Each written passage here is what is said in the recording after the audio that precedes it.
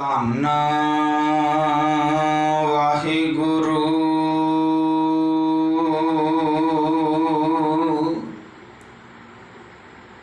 ਸਾਹਿਬ JIO.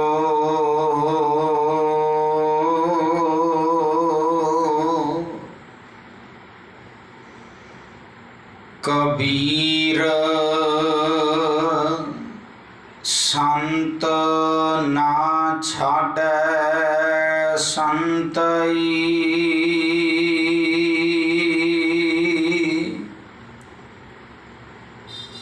ਜਾਉ ਕੋਟਕ ਮਿਲੈ ਅਸੰਤ।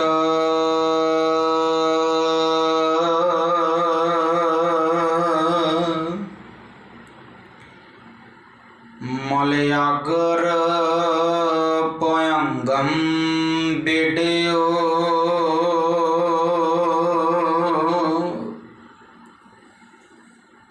ਤਾਂ ਸ਼ੀਤਲਤਾ ਨਾ ਤਜੰਤ।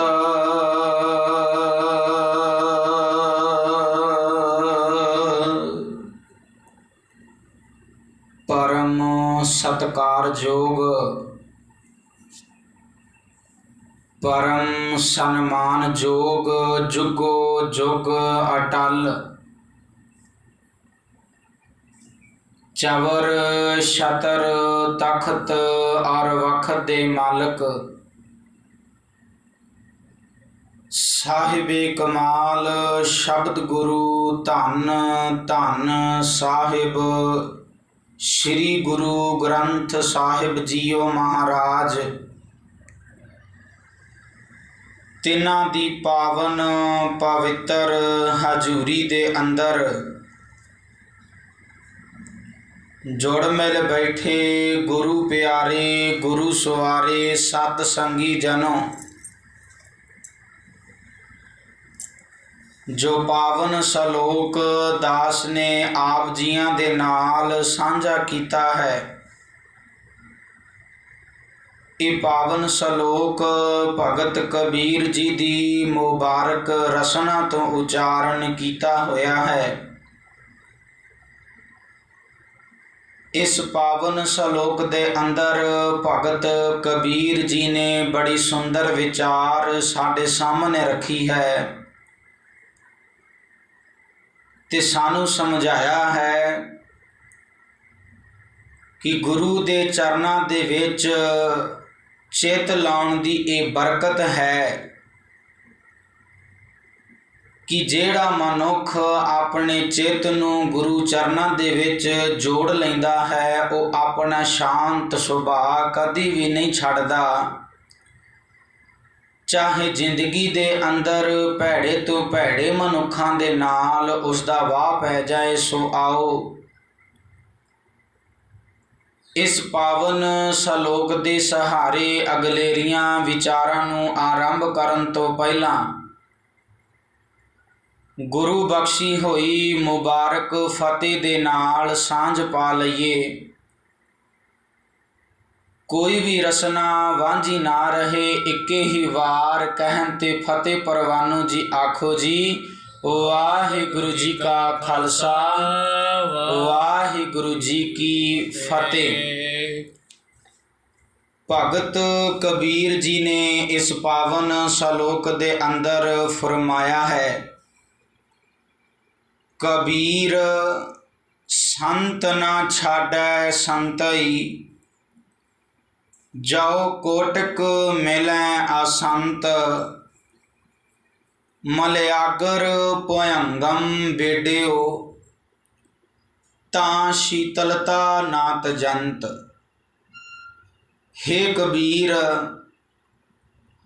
अकाल पुरख परमात्मा दे चरना दे विच चित लाउण दी ये बरकत है, ये बख्शिश है कि संत अपना शांत सुभाव नहीं छड्डदा। गुरमुख जन सेवक जन अपना सुभाव कदी भी त्यागदा नहीं, भावें उसनूं करोड़ां भैड़े बंदियां नाल वाह पैंदा रहे, वो अपने गुण कदी भी नहीं छड्डदा। ਚੰਦਨ ਦਾ ਬੂਟਾ ਸੱਪਾਂ ਨਾਲ ਘਿਰਿਆ ਰਹਿੰਦਾ ਹੈ, ਪਰ ਉਹ ਆਪਣੇ ਅੰਦਰਲੀ ਠੰਡਕ ਨਹੀਂ ਤਿਆਗਦਾ। ਜਦੋਂ ਆਪਾਂ ਭਾਈ ਗੁਰਦਾਸ ਜੀ ਦੀ ਰਚਨਾ ਨੂੰ ਪੜ੍ਹਦੇ ਹਾਂ ਤਾਂ ਭਾਈ ਗੁਰਦਾਸ ਜੀ ਨੇ ਬੜੀਆਂ ਸੁੰਦਰ ਉਦਾਹਰਨਾਂ ਦੇ ਕੇ ਸਾਨੂੰ ਸਮਝਾਉਣ ਦਾ ਯਤਨ ਕੀਤਾ ਹੈ। ਭਾਈ ਗੁਰਦਾਸ ਜੀ ਕਹਿੰਦੇ ਹਨ, ਜੈਸੇ ਨੈਣ ਬੈਨ ਪੰਖ ਸੁੰਦਰ ਸਰਬੰਗ ਮੋਰ, ਤਾਂ ਕਿ ਪੱਗ ਔਰ ਦੇਖ ਦੋਖ ਨਾ ਵਿਚਾਰੀਐ, ਸੰਦਲ ਸੁਗੰਧ ਅਤ ਕੋਮਲ ਕਮਲ ਜੈਸੇ, ਕੰਟਕ ਬਿਲੋਕ ਨਾ ਔਗਣ ਉਰ ਧਾਰੀਐ, जैसे अमृत फल मिष्ट गुनाद स्वाद, बीज करवाई कै बुराई ना संभारिए, तैसे गुर ज्ञान दान सबहु से मांग लीजै, बंधन ना सकल भूत निंदा ना तकारीए। भाई गुरदास जी ने 3 उदाहरण साडे सामने रखियां ਤੇ ਅਖੀਰ ਦੇ ਵਿੱਚ ਇਹ ਕਹਿ ਦਿੱਤਾ ਕਿ ਜਿਸ ਮਨੁੱਖ ਦੇ ਕੋਲ ਗੁਣ ਹੋਵੇ, ਨਿਮਰਤਾ ਦੇ ਵਿੱਚ ਆ ਕੇ ਉਹ ਗੁਣ ਗ੍ਰਹਿਣ ਕਰ ਲੈਣਾ ਚਾਹੀਦਾ ਹੈ, ਉਹ ਗੁਣ ਲੈ ਲੈਣਾ ਚਾਹੀਦਾ ਹੈ, ਉਸ ਦੀ ਨਿੰਦਿਆ ਨਹੀਂ ਕਰਨੀ ਚਾਹੀਦੀ। ਨਿਮਰਤਾ ਦੇ ਵਿੱਚ ਆ ਕੇ ਗੁਣ ਅਸੀਂ ਉਸ ਤੋਂ ਲੈਣਾ ਹੈ, ਆਕੜ ਕੇ ਗੁਣ ਨਹੀਂ ਲੈਣਾ। 3 ਉਦਾਹਰਨਾਂ ਭਾਈ ਗੁਰਦਾਸ ਜੀ ਨੇ ਆਰੰਭ ਦੇ ਵਿੱਚ ਇਸ ਕਵਿਤ ਦੇ ਸਾਡੇ ਸਾਹਮਣੇ ਰੱਖੀਆਂ ਨੇ। ਪਹਿਲੀ ਉਦਾਹਰਣ ਹੈ ਮੋਰ ਦੀ। ਜਦੋਂ ਸਾਉਣ ਦਾ ਮਹੀਨਾ ਹੁੰਦਾ ਹੈ, ਕਾਲੇ ਬੱਦਲ ਜਦੋਂ ਆਉਂਦੇ ਨੇ, ਮੋਰ ਦੇ ਜਿਹੜੇ ਖੰਭ ਨੇ ਉਹ ਖਿਲਾਰਦਾ ਹੈ, ਕੰਠ ਤੋਂ ਕੁਝ ਗਾਉਂਦਾ ਹੈ, ਆਪਣੇ ਪੈਰਾਂ ਦੇ ਨਾਲ ਉਹ ਪੈਲਾਂ ਪਾਉਂਦਾ ਹੈ। ਜਿਸ ਮਨੁੱਖ ਨੇ ਅਕਾਲ ਪੁਰਖ ਪਰਮਾਤਮਾ ਦੀ ਰਚੀ ਹੋਈ ਇਸ ਕੁਦਰਤ ਦੇ ਵਿੱਚੋਂ ਕਾਦਰ ਦੇ ਦਰਸ਼ਨ ਕਰਨੇ ਨੇ, ਉਹ ਗੁਣ ਇਕੱਠੇ ਕਰਦਾ ਹੈ। ਸਾਂਝ ਕਰੀਜੈ ਗੁਣਾ ਕੇਰੀ, ਉਹ ਗੁਣ ਇਕੱਠੇ ਕਰਦਾ ਹੈ, ਗੁਣਾਂ ਦੀ ਸਾਂਝ ਪਾਉਂਦਾ ਹੈ। ਪਰ ਜਿਸ ਮਨੁੱਖ ਨੇ ਔਗਣ ਇਕੱਠੇ ਕਰਨੇ ਨੇ, ਚਾਹੇ ਉਸ ਮਨੁੱਖ ਦੇ ਸਾਹਮਣੇ ਚੰਗੀ ਤੋਂ ਚੰਗੀ ਚੀਜ਼ ਹੋਵੇ, ਉਹ ਔਗਣ ਇਕੱਠਾ ਕਰਕੇ ਘਰ ਆਵੇਗਾ, ਗੁਣ ਕਦੀ ਵੀ ਇਕੱਤਰ ਨਹੀਂ ਕਰਦਾ। ਗੱਲ ਹੈ ਨਜ਼ਰੀਏ ਦੀ, ਸਾਡੀ ਸੋਚ ਦੀ।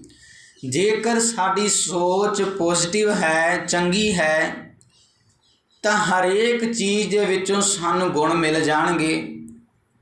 ਜੇਕਰ ਸਾਡੀ ਸੋਚ ਨੈਗੇਟਿਵ ਹੈ, ਸਾਡਾ ਨਜ਼ਰੀਆ ਦੇਖਣ ਦਾ ਚੰਗਾ ਨਹੀਂ, ਹਰੇਕ ਚੀਜ਼ ਦੇ ਵਿੱਚ ਹੀ ਔਗਣ ਹੈ, ਅਸੀਂ ਗੁਣ ਕਦੀ ਲੈ ਹੀ ਨਹੀਂ ਸਕਦੇ। ਇਹੀ ਬਾਤ ਭਾਈ ਗੁਰਦਾਸ ਜੀ ਨੇ ਸਾਨੂੰ ਸਮਝਾਈ ਹੈ ਕਿ ਸਾਨੂੰ ਆਪਣਾ ਨਜ਼ਰੀਆ ਠੀਕ ਕਰਨਾ ਚਾਹੀਦਾ ਹੈ। ਭਾਈ ਗੁਰਦਾਸ ਜੀ ਨੇ ਪਹਿਲੀ ਉਦਾਹਰਣ ਸਾਡੇ ਸਾਹਮਣੇ ਰੱਖੀ ਮੋਰ ਦੀ। ਜਿਵੇਂ ਆਪਾਂ ਗੁਰਬਾਣੀ ਦੇ ਵਿੱਚੋਂ ਪਾਵਨ ਲਫ਼ਜ਼ ਪੜ੍ਹਦੇ ਹਾਂ, ਜਿੱਥੇ ਪਾਤਸ਼ਾਹ ਜੀ ਨੇ ਆਖਿਆ ਹੈ, ਮੋਰੀ ਰੋਣ ਝੁਣ ਲਾਇਆ ਭੈਣੇ ਸਾਵਣ ਆਇਆ।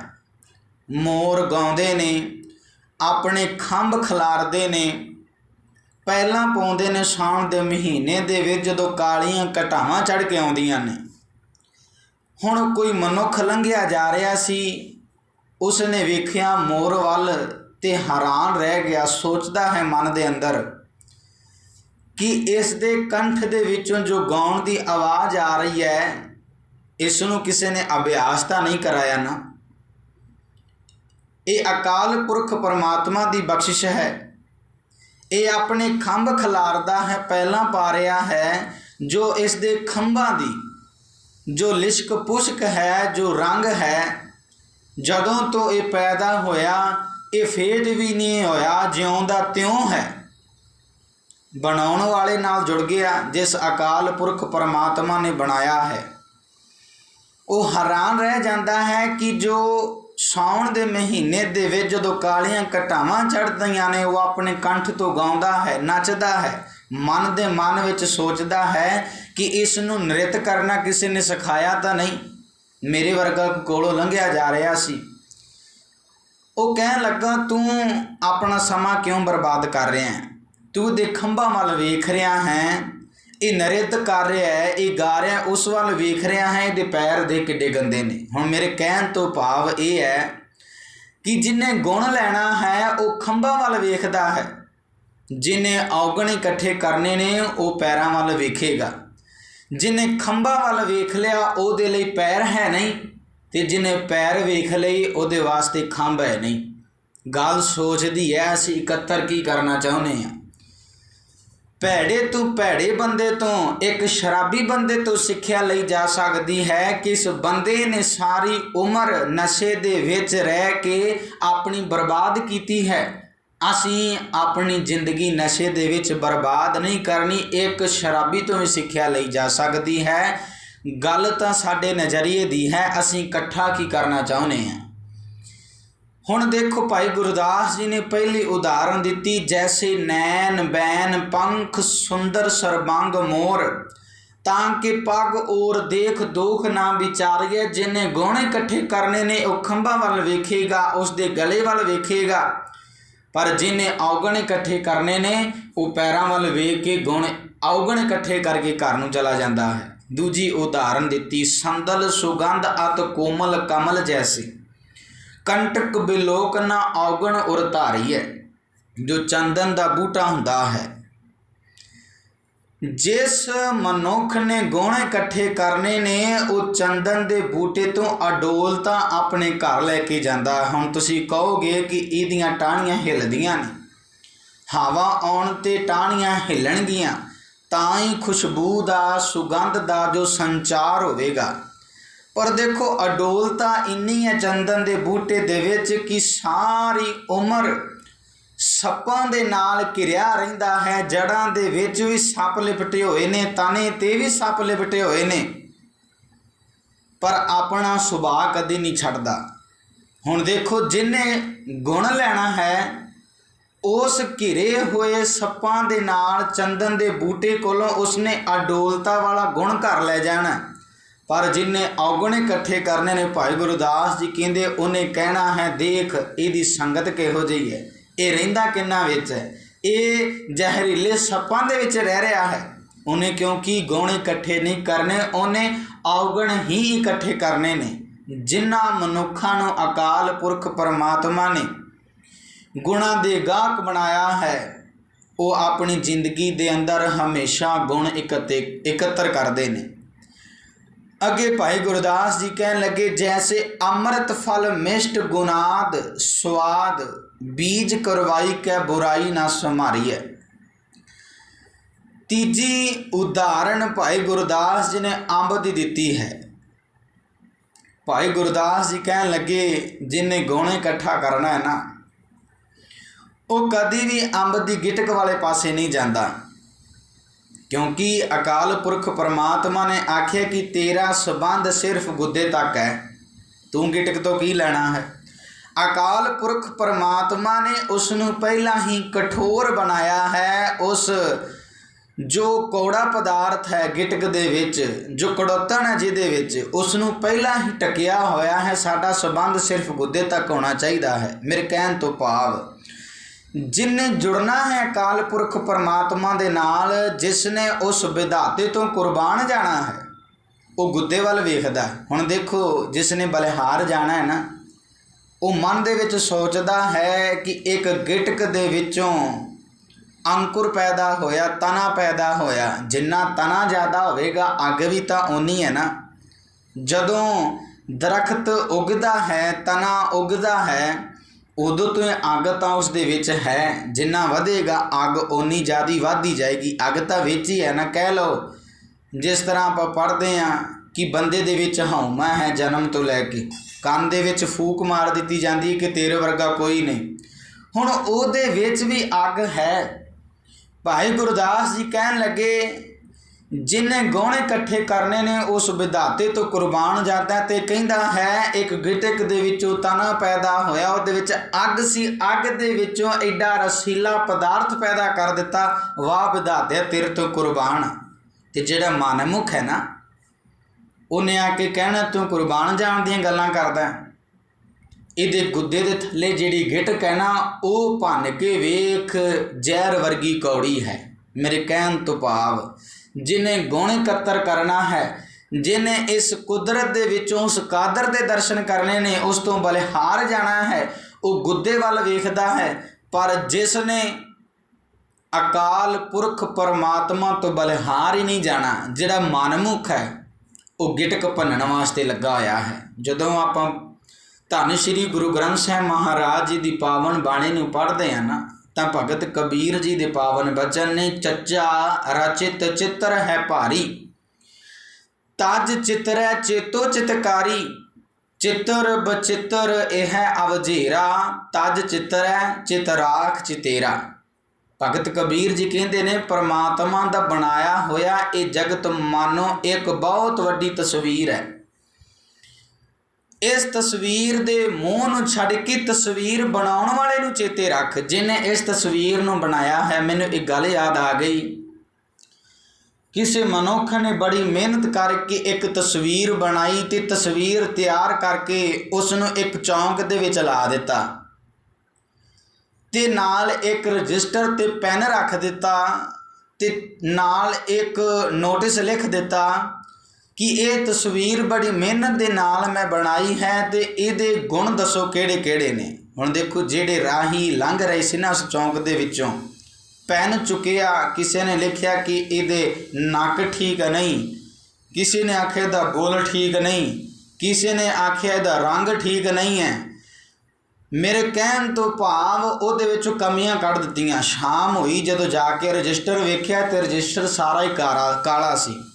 मन ही मन सोचता है ते दूजे दिन की कीता, जिन्ना भी समान एक तस्वीर नूं बनाउण वास्ते चाहिदा है, स्केल पेन रंग बुरश, वो सारा समान इकट्ठा कर दिता ते तस्वीर ला के घर नूं लै आया ते एक नोटिस लिख के ला दिता कि ये रजिस्टर वेखो, जिन्नियां भी कमियां कढ़ियां गईयां सी ना,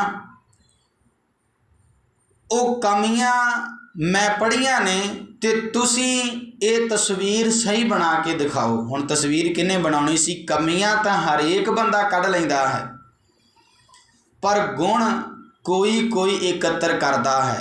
हुण सिख कौम दे अंदर की नहीं जो साडे फायदे लई नहीं है। असी कुछ भी सिख कौम दे अंदरों, सिख पंथ दे अंदरों एकत्र कर सकते हैं, पर असी अवगुण चितारते हैं, किसी का गुण घर नहीं लैके आउंदे।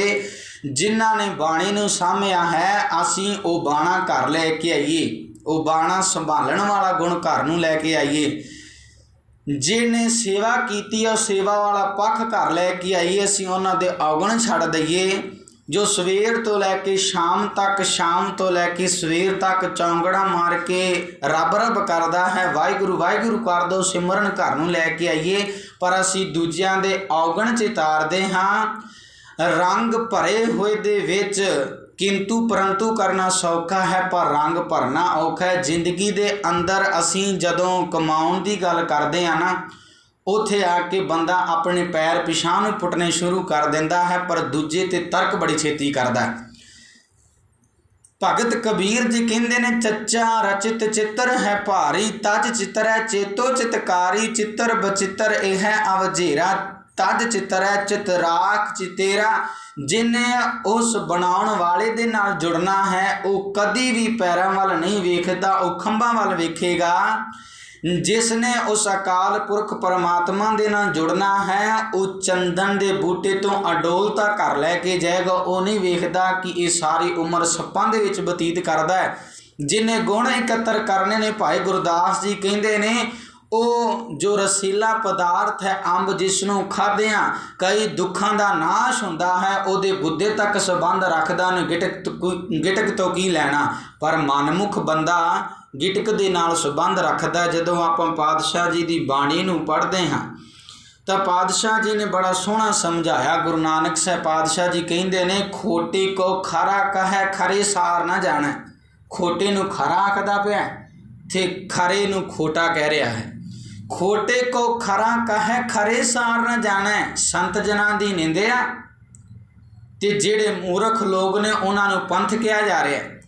अंधे का नाम पारखू कली काल विडाणे, सूते को जागत कहे जागत को सूता, जीवत को मुआ कहे मुए नहीं रोता, आवत को जाता कहे जाते को आया, पर की को अपनी कहे अपनो नहीं पाया, मीठी को कौड़ा कहे कड़ुए को मीठा, राते की निंदा करें ऐसा कल मैं डीठा, चेरी की सेवा करें ठाकुर नहीं दिसै, पोखर नीर विरोलीए माखन नहीं रीसै। कहते माया विचों सुख लभना इउं है जिवें पानी रिड़ के उस विचों मक्खन लभना।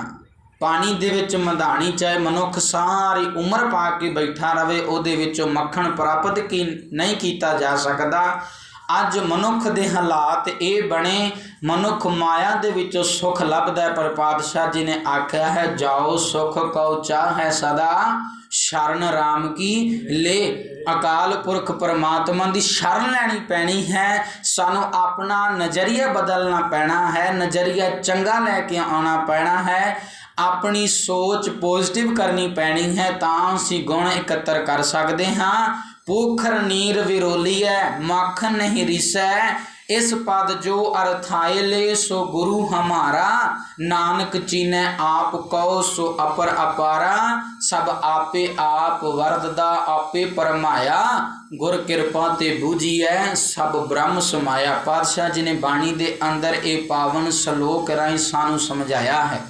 पातशाह जी कहते ने गुरु अमरदास पातशाह जी, क्या ओठ ओठ देखो बपुड़े, इस मेघ हाथ किछ नाही, जिन ए मेघ पठाया तिस राखो मन माहे। इस पावन सलोक की व्याख्या करके मैं समाप्ति वाल वधा।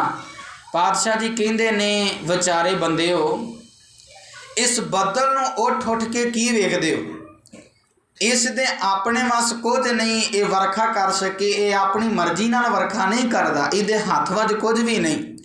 जिस मालिक ने ये बदल घलिया है उसनों अपने मन में चेते करो। इस सृष्टि नूं जिस अकाल पुरख परमात्मा ने बनाया है, असीं उस विधाते दे नाल जुड़ना है, उस करतार दे नाल जुड़ना है, पर साडी बदकिस्मती असीं दातां दे नाल जुड़े, इस बनाए हुए संसार दे नाल जुड़ गए, रुझेवियां दे विच फस गए, उस अकाल पुरख नूं कदी चेते नहीं कीता। क्या उठ उठ देखो बपुड़े, इस मेघ हाथ किछ नाहे, जिने ए मेघ पठाया तिस राखो मन माहे। भाई गुरदास जी ने अखीर दे विच आखिया, तैसे गुर ज्ञान दान सबहू सै मांग लीजै, बंधन सकल भूत निंदा नात करिए। जदों आपां पावन बाणी नूं पढ़दे हां, पातशाह जी ने आखिया है, गुर सिखां की हर धूड़ दे, हम पापी भी गत पाहे। गुरु साहब जी शिखर ते पहुंचे होए भी गुर सिखां दे चरनां दी धूड़ मंग रहे ने निमरता दे विच आके, कि असीं पापी हां, साडा भी पार उतारा हो जाए, गुरसिखां दे चरनां दी धूड़ सानू प्राप्त हो जाए। ते भाई गुरदास जी भी कहते हैं, तैसे गुर ज्ञान दान सबहू सै मांग लीजै, जिहदे कोल गुण है उहदे कोल गुण प्राप्त करिए। निमरता दे विच आके आकड़ के कुछ भी नहीं प्राप्त किया जा सकता, ना किसी मनुख कोलों ते ना गुरु दे कोलों आके असीं आकड़ के कुछ मंगांगे, कुछ प्राप्त नहीं होना। जिन्नी निमरता जीवन दे अंदर होवेगी, सानू सब कुछ प्राप्त हो जाएगा। पावन श्लोक जो विचार अधीन सी भगत कबीर जी का। भगत कबीर जी ने आख्या है, कबीर संत न छाड़ै संतई, जो कोटक मिलै असंत, मलयागर भयंगम बेडियो, तां शीतलता नात जंत। गुरु दे चरनां दे विच चित लाउण दी ये बरकत है। संत जन, गुरु दे सेवक, गुरु दे सिख अपना शांत सुभाव कदी नहीं छड्डदे, क्योंकि उन्हां नूं इस पावन शब्द की समझ आ जाती है कि मिठ बोलड़ा जी हर सज्जन स्वामी मोरा, हाँ सम्मल थकी जी ओ कदे न बोलै कौरा। मलयागर भयंगम बेडियो, तां शीतलता ना ते जंत। चंदन का बूटा सप्पां नाल घिरिया रहिंदा है, पर अपनी अंदरली ठंडक नहीं त्यागदा, वो सप्पां नूं भी ठंड दिंदा है, शीतलता दिंदा है। चाहे जहरीले सप जिंदगी भर उहदे तने ते लिपटे रहिंदे ने, पर अपना सुभाव नहीं छड्डदा। चंदन का बूटा सुगंधी भी दिंदा है ते वह अडोलता दे विच रहिंदा है। अडोलता वाला गुण असीं भी जीवन दे अंदर लैके आईए। गुरु ते भरोसा अदब विश्वास सानू होना चाहिए है, तां ही असीं जिंदगी दे अंदर कुछ प्राप्त करते हैं। ਆਰੰਭ ਦੇ ਵਿੱਚ ਵੀ ਬੇਨਤੀ ਕੀਤੀ ਸੀ ਕਿ ਹਰੇਕ ਚੀਜ਼ ਦੇ ਵਿੱਚ ਗੁਣ ਹੈ। ਜੇਕਰ ਸਾਡਾ ਨਜ਼ਰੀਆ ਚੰਗਾ ਹੈ, ਹਰੇਕ ਚੀਜ਼ ਦੇ ਵਿੱਚ ਔਗਣ ਹੈ, ਜੇਕਰ ਸਾਡਾ ਨਜ਼ਰੀਆ ਚੰਗਾ ਨਹੀਂ। ਸੋ ਡਿਪੈਂਡ ਸਾਡੇ 'ਤੇ ਕਰਦਾ ਹੈ ਅਸੀਂ ਕੀ ਪ੍ਰਾਪਤ ਕਰਨਾ ਹੈ। ਪਾਤਸ਼ਾਹ ਜੀ ਨੇ ਆਖਿਆ ਸਾਂਝ ਕਰੀਜੈ ਗੁਣਾ ਕੇਰੀ, ਛੋੜ ਅਵਗਣ ਚੱਲੀਐ, ਪਹਿਰੇ ਪਟੰਬਰ ਕਰ ਅਡੰਬਰ ਆਪਣਾ ਪੇੜ ਮਲੀਐ। ਗੁਰਮੁਖਾਂ ਨਾਲ ਗੁਣਾਂ ਦੀ ਸਾਂਝ ਕਰਨੀ ਚਾਹੀਦੀ ਹੈ। ਇਸ ਤਰ੍ਹਾਂ ਅੰਦਰੋਂ ਔਗਣ ਤਿਆਗ ਕੇ ਜੀਵਨ ਦਾ ਜੋ ਸਹੀ ਰਾਹ ਹੈ ਉਸ 'ਤੇ ਤੁਰਨਾ ਚਾਹੀਦਾ ਹੈ। ਸੋ ਗੁਰੂ ਸਾਹਿਬ ਜੀ ਕਿਰਪਾ ਕਰਨ, ਕੀਤੀਆਂ ਵਿਚਾਰਾਂ ਸਾਡੇ ਜੀਵਨ ਦਾ ਆਧਾਰ, ਸਾਡੇ ਹਿਰਦਿਆਂ ਦਾ ਸ਼ਿੰਗਾਰ ਬਣ ਜਾਣ। ਵਿਚਾਰਾਂ ਕਰਦਿਆਂ ਬੇਅੰਤ ਪ੍ਰਕਾਰ ਦੀਆਂ ਭੁੱਲਾਂ ਗਲਤੀਆਂ ਹੋ ਜਾਂਦੀਆਂ ਹਨ। ਗੁਰੂ ਸਾਹਿਬ ਜੀ ਆਪ ਹੀ ਬਖਸ਼ਣ ਯੋਗ ਨੇ, ਅਣਜਾਣ ਸਮਝ ਕੇ ਬਖਸ਼ ਲੈਣ। ਸਮੂਹ ਸੰਗਤ ਦਾ ਧੰਨਵਾਦ ਜਿਨ੍ਹਾਂ ਨੇ ਬੜੇ ਪਿਆਰ ਸਤਿਕਾਰ ਦੇ ਨਾਲ ਬੈਠ ਕੇ ਵਿਚਾਰਾਂ ਨੂੰ ਸ਼ਰਵਣ ਕੀਤਾ ਹੈ। ਅਖੀਰ ਬੜੇ ਹੀ ਅਦਬ ਸਤਿਕਾਰ ਔਰ ਪਿਆਰ ਦੇ ਵਿੱਚ ਭੇਜ ਕੇ ਫਤਿਹ ਪ੍ਰਵਾਨੋ ਜੀ ਆਖੋ ਜੀ ਵਾਹਿਗੁਰੂ ਜੀ ਕਾ ਖਾਲਸਾ, ਵਾਹਿਗੁਰੂ ਜੀ ਕੀ ਫਤਿਹ।